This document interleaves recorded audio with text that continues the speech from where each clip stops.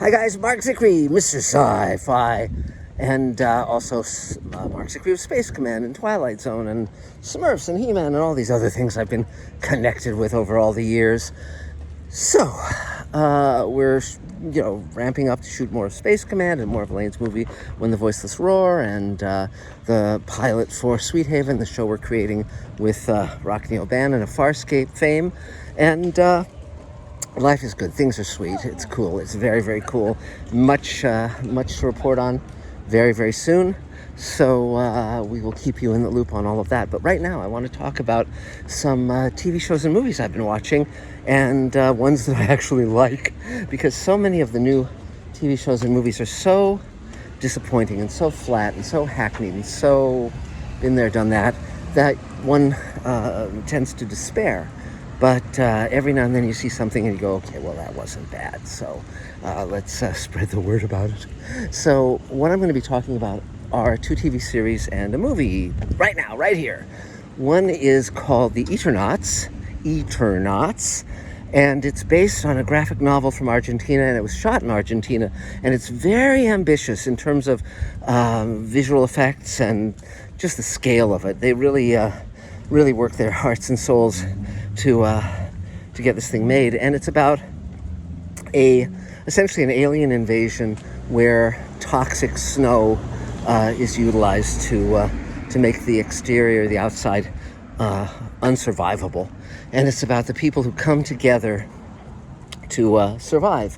Now, the cool part is that the base notion of the show is that there's no one hero; it's that together we become a hero in the group. The group acts as the hero. And I think that's a terrific idea.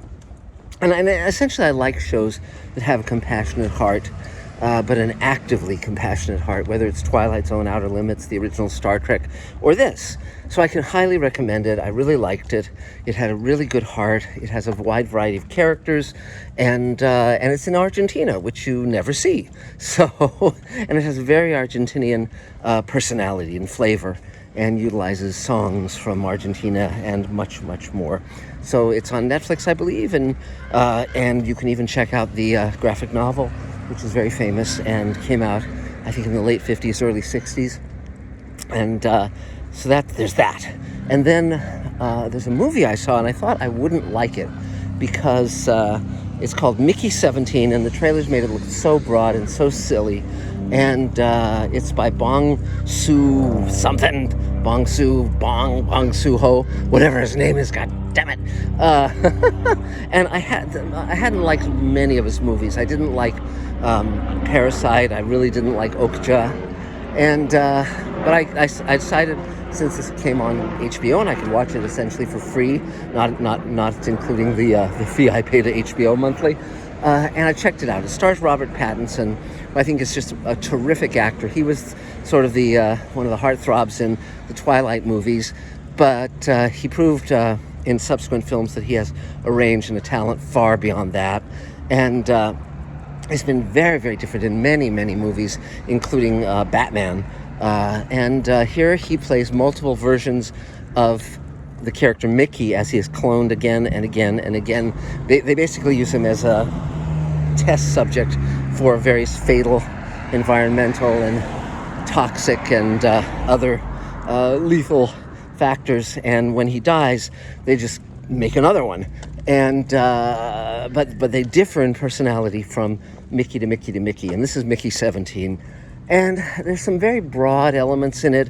Mark Ruffalo is playing a very broad character that some say is based on Trump, but mainly it's just, any megalomaniacal leader. For me, it seemed more like Mussolini, actually. But, and Toni Collette plays his wife, and again, very, very broad. And that's not the actor's faults, because I've seen both of them deliver really subtle performances. I'm sure this is the director taking them way, way, way, way, way over the top, needlessly, because if the performances were reined in, I think they would work far better and not have to be changed significantly to do that.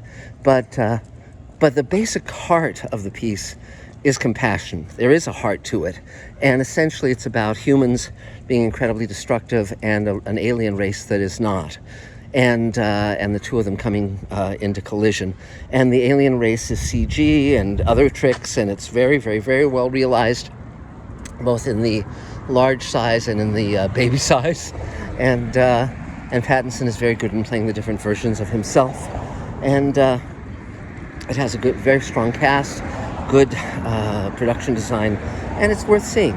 So there you go on that one. So beyond that, the third and final is probably the most high end in terms of promotion and so forth, and that is the Murderbot Diaries. Now, that's based on a series of novels by Martha Wells, and I've read some of them, and I liked them. The basic notion is you've got a human robot hybrid, and it has a very sardonic, sarcastic wit that it basically shares with the reader via the internal narrative. And it goes on these adventures, and it's assigned to protect humans on various dangerous missions, and so on and so forth. It wasn't my favorite series of books. I thought it was witty, but I always had trouble envisioning the Murderbot, because, like, was it human? Was it robot? What did it look like? Just kind of, it was very hard for me to focus in on that. Well, in the TV series, they've actually solved that dilemma, because they have it be, they give it a human head underneath a robot helmet, and it's played by one of the Skarsgårds, whichever one it is. There's a bunch of them, the Skarsgårds, and but this one is the handsome one, the buff one, the hunky one, who was in, I believe, a show with Nicole Kidman, one of many, and he's very, very good. And the idea is that they almost play him as autistic, where he has no social skills and is very shy and very uncomfortable in communication and conversation. And that actually works, because he has that sardonic, sarcastic quality, but when it's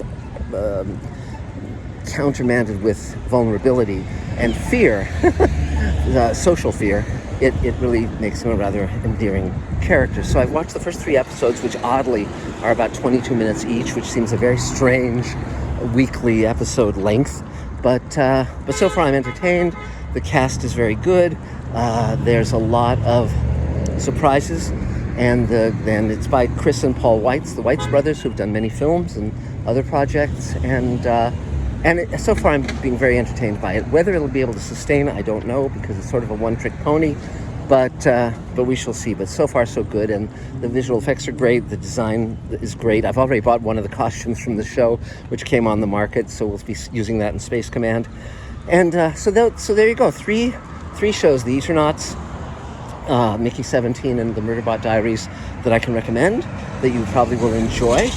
And so there is good content out there, particularly when it comes from a good heart and has a point to make about people helping each other rather than destroying each other. And in these times, I think it's a very important message, perhaps the most important message of all.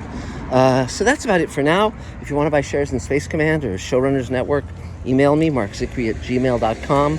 Definitely subscribe, click the button, comment, do all that stuff. Let your friends know that we're here. Spread the word in whatever way you can. And that's about it for now, guys. So we'll talk again real soon.